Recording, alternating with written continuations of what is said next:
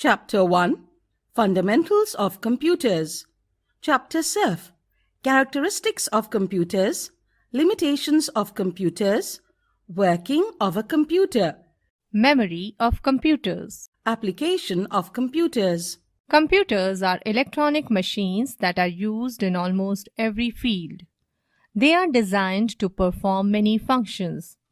They can process billions of instructions per second and can store a huge amount of information. Computers vary in their sizes and types. The computers are broadly classified into 4 categories based on their size and type: microcomputers, mini-computers, mainframe computers, and supercomputers. A computer system consists of 2 parts, hardware and software. Hardware consists of the physical parts such as keyboard, monitor, hard disk, printer, motherboard, etc. Software is a set of instructions that tell the computer about the tasks to be performed and how these tasks are to be performed. Software that controls the entire system is called system software, such as an operating system. Software used to carry out a specific task is called an application software, such as Word, PowerPoint, etc. Different software can be installed on the computer to perform different kinds of tasks. Characteristics of computers. Some of the main characteristics of computers are: high speed. Computers are very fast. They are capable of performing large and complex calculations at a very high speed. Accuracy. Computers are very accurate. All the tasks performed by the computers are error-free. Storage capability. Computers have a very high storage capacity. They can store different types of data such as images, videos, text, or audio.